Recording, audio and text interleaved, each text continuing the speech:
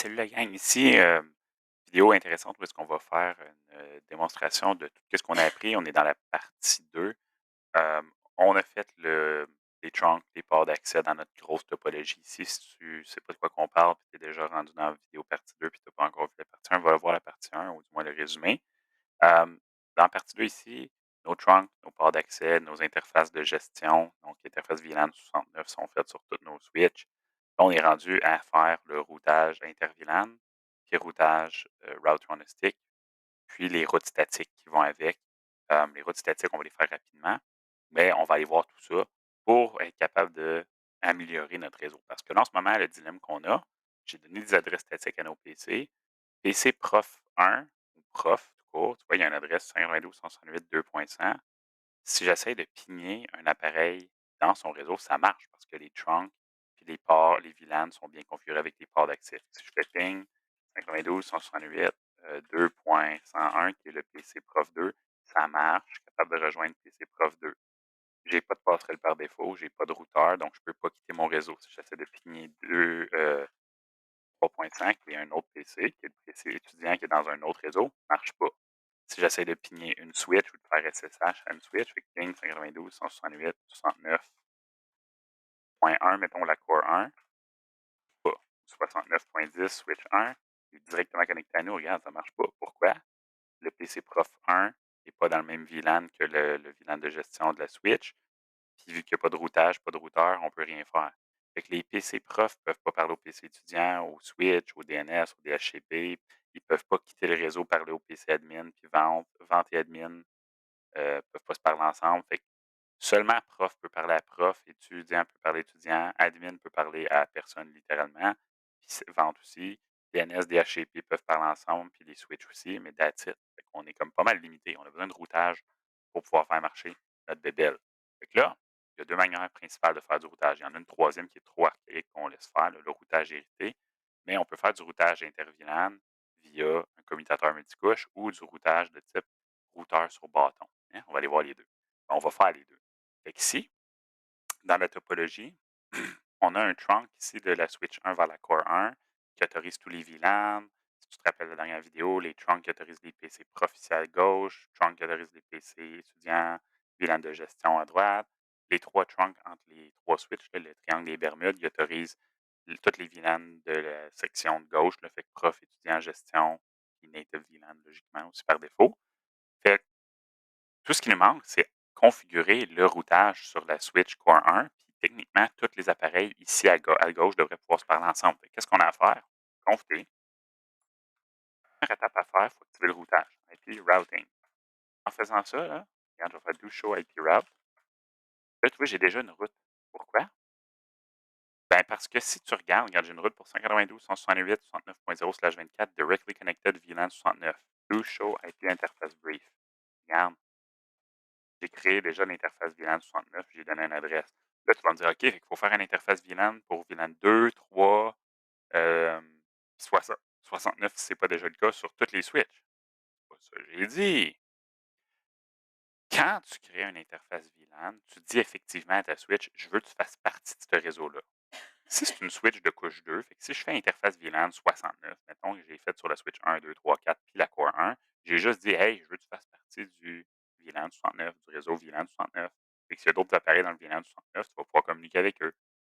Ça n'a pas, ça a pas de rapport avec le routage. Si je vais sur switch 1, OK, si tu te rappelles bien, ça n'aura pas fait fonctionner du routage. Là.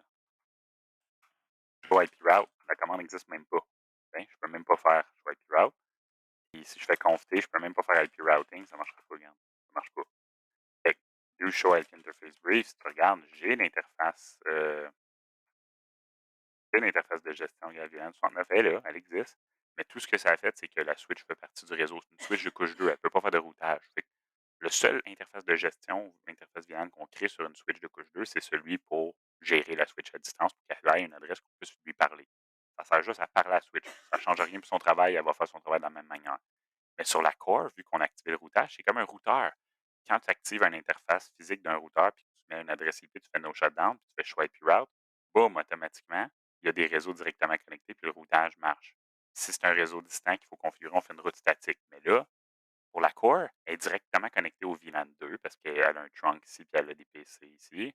VLAN 3 parce qu'elle a un trunk avec le VLAN 3. VLAN 69 parce qu'elle a l'interface VLAN 69 puis qu'il y a des trunks qui l'autorisent. Puis, fait que tout ce que j'ai à faire, c'est créer les 3 interfaces VLAN.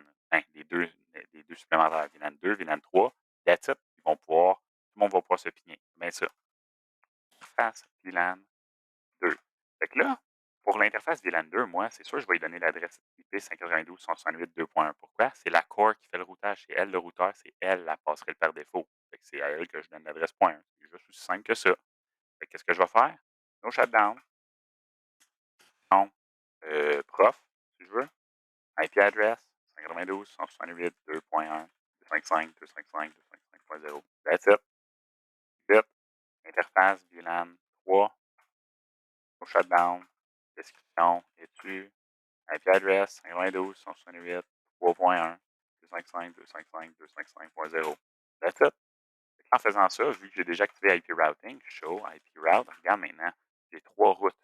VLAN 2, VLAN 3, VLAN 69. Fait que quand un PC va essayer de parler à à un appareil à l'extérieur de son réseau, quand un appareil quelconque va essayer de parler à un appareil dans un autre réseau, tant qu'il est connecté au travers d'un trunk ou un port d'accès directement à la core, qui est dans le VLAN 2, 3 ou 69, ça va marcher. Pourquoi? Regarde, on va aller l'essayer, je vais te le montrer.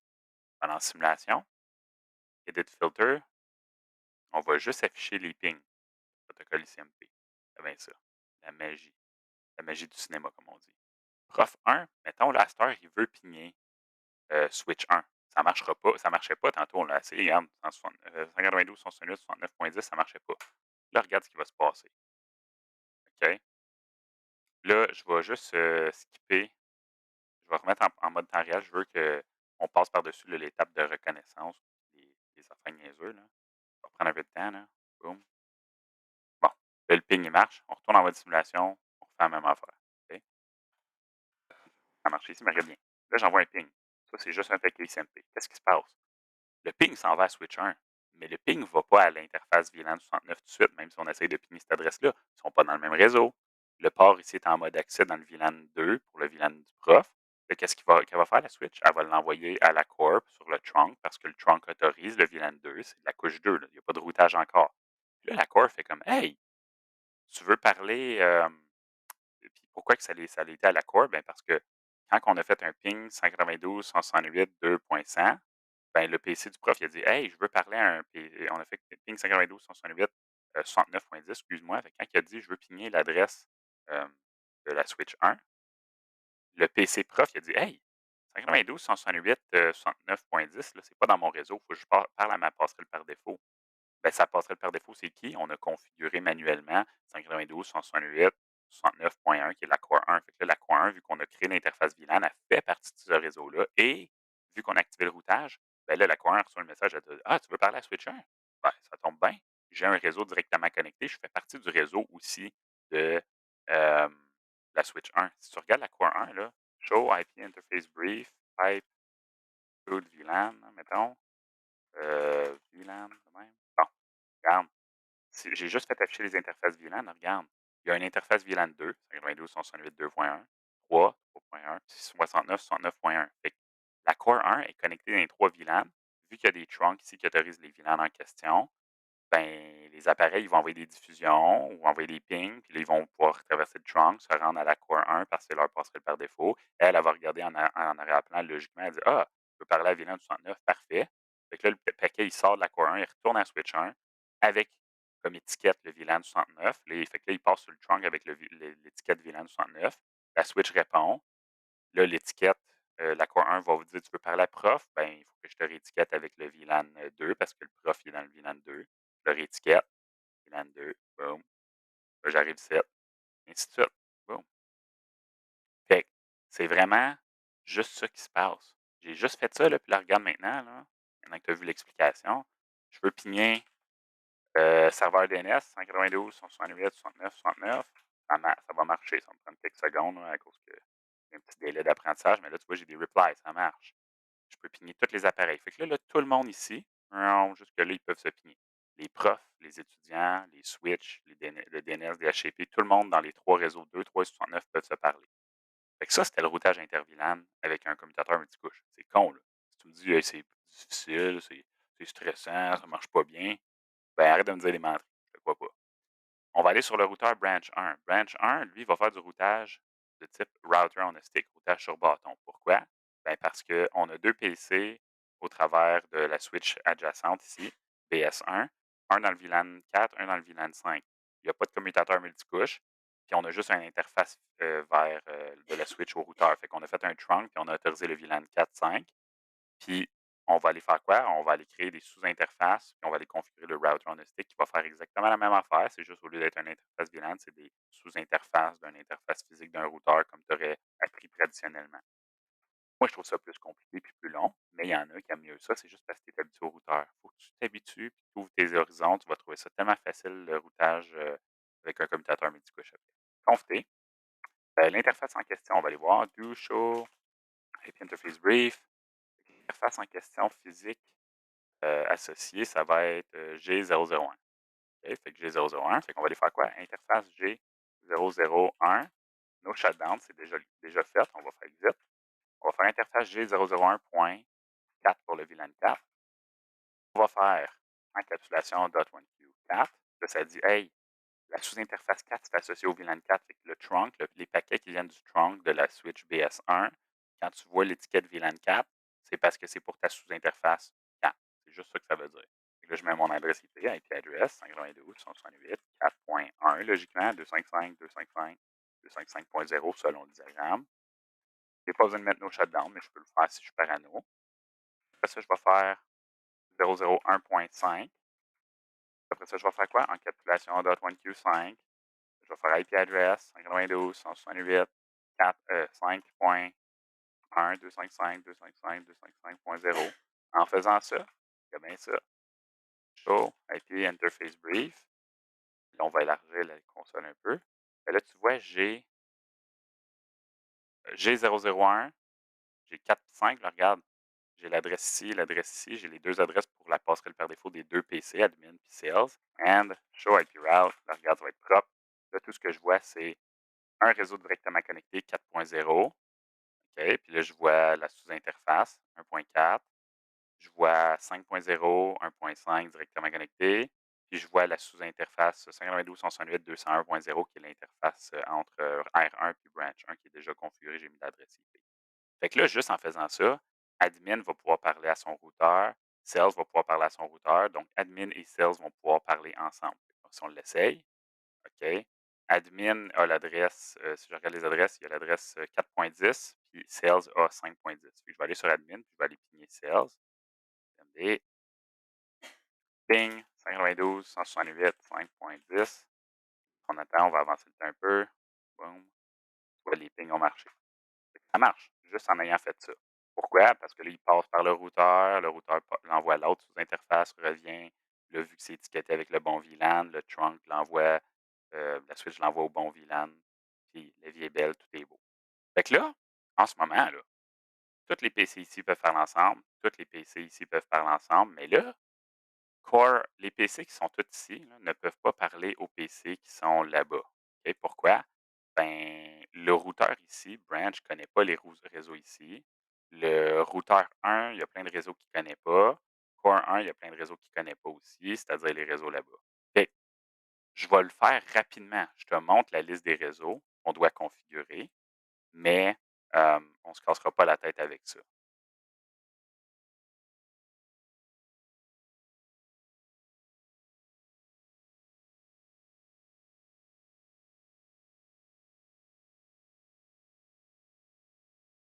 Alright. Fait que j'ai écrit la liste des routes qu'on devait configurer ici. Je t'explique ça. On va avoir un cours dédié au routage dans les semaines à venir, mais je te l'explique quand même pour que tu puisses commencer à l'apprécier puis voir ce qui se passe. Fait qu'on n'est pas rendu là techniquement, mais je te le montre quand même, comme ça si tu veux l'apprendre ou en apprendre un peu plus.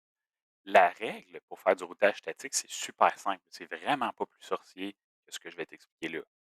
Il faut juste aller sur chaque équipement qui fait du routage, avec la Core 1. Soit dit en passant, comme j'ai dit ici, j'ai oublié de faire une étape. C'est sur la Core 1, il faut que je configure l'interface ici comme étant une interface routée. On va le faire, je vais vous le montrer.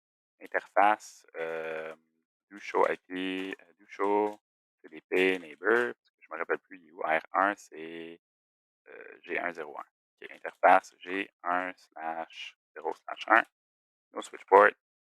Et là, on va faire IP address 292.168.200.2, 255.255.252. No shutdown, description, on peut appeler ça R1, exit. Fait que j'avais oublié de créer l'interface, ça c'est beau. Mais on va aller sur chaque équipement qui fait du routage avec la core, routeur 1 puis branch 1. Puis on va faire la liste des réseaux qu'ils ne connaissent pas. Puis les routes, là, c'est super simple. Si tu regardes du point de vue de branch 1. Fait que branch 1, quel réseau est-ce qu'il ne connaît pas? Ben, on l'a fait, show IP route au début. Là, hein? Show IP route, il connaît juste 192.168.4, 5 puis 192.168.201. Pourquoi? 4 et 5, c'est ces réseaux locaux. Il est branché directement via des sous-interfaces router on a stick. Puis il connaît 192.168.201.0 parce qu'il est branché dans ce réseau-là. Il ne connaît pas 192.168.200.0 qui est le réseau entre Core 1 et R1. Il ne connaît pas 192.168.2.0, 3.0 puis 69.0 qui sont les réseaux locaux de Core 1 parce que c'est des réseaux qui sont distants, ne sont pas directement connectés. Fait que Branch 1 a besoin d'une route vers le réseau entre Core 1 et R1. Il a besoin d'une route vers les réseaux locaux de Core 1, donc 192, 168, 2, 3 et 69. Comment on fait les routes? Ben, tu vas faire une route, tu vas dire le réseau que tu veux rejoindre, le network, le masque, via, et là, tu vas mettre l'adresse IP du tronçon suivant. Fait que Branch 1 va avoir, toutes ces routes vont dire route vers réseau A, B, C, ceux qui ont besoin, via l'adresse de R1 qui est son voisin direct. 192.168.201.1. Pourquoi Branch 1 connaît 192.168.201.1? Il est dans le même réseau que lui. En faisant ça, il va envoyer tous les paquets à R1. R1, s'il y a des routes pour se rendre à ces réseaux-là, il va l'envoyer à Core 1 et ainsi de suite. Fait que chaque équipement fait les réseaux suivants. Je les ai faits. Mais tu vois, Branch 1 a besoin d'une route pour rejoindre le réseau entre Core 1 et R1 parce qu'il ne le connaît pas. Fait qu'IP route 192.168.200.0, 255.255.252 via l'adresse du routeur 1 branché directement à branch 1, donc 192.168.201.1.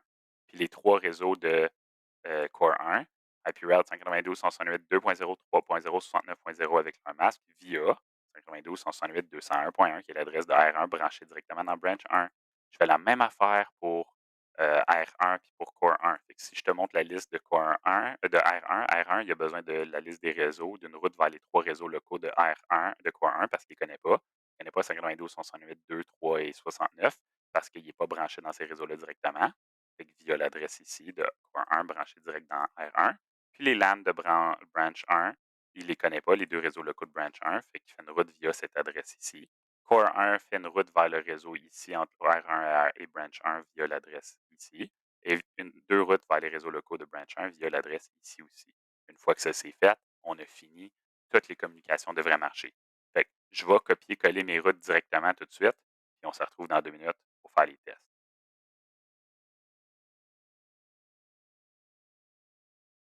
Alright, fait que j'ai fait ça. J'ai fait les routes.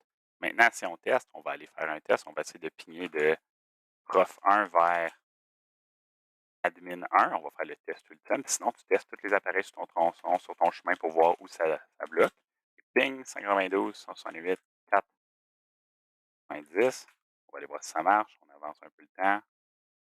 Ça marche. Fait que je suis capable de rejoindre le PC admin. Prof 1 peut rejoindre admin parce qu'il passe par la core 1 qui connaît le chemin vers routeur 1, qui connaît le chemin vers branch 1, qui connaît les réseaux parce qu'il est branché directement dedans. That's it, gang. Fait que j'arrête ça là. Je peux te montrer l'étape de routage maintenant que j'ai tapé mes commandes. Show IP route. Fait que tu vois que, disons, la switch Core 1 connaît les réseaux directement connectés, mais là, tu vois, elle dit, hey, le réseau 192.168.4 et 5.0 via 192.168.200.1 qui est le routeur 1 ici. Fait que là, le routeur 1, si je vais faire la même commande, show IP route, regarde, lui aussi connaît le réseau 4 et 5 maintenant parce que je les ai ajoutés. Fait qu'il dit, hey, 4 et 5 via 201.2 qui est l'adresse de branch 1. Fait que c'est comme si chacun pointait au suivant. On pointe au suivant, puis on est capable de se rendre à notre destination. C'est ça le routage statique. Facile, fiable, c'est juste long si tu as beaucoup d'équipement. J'arrête ça là, gang. On se retrouve dans la prochaine partie où est-ce qu'on va aller parler, je pense, de spanning tree.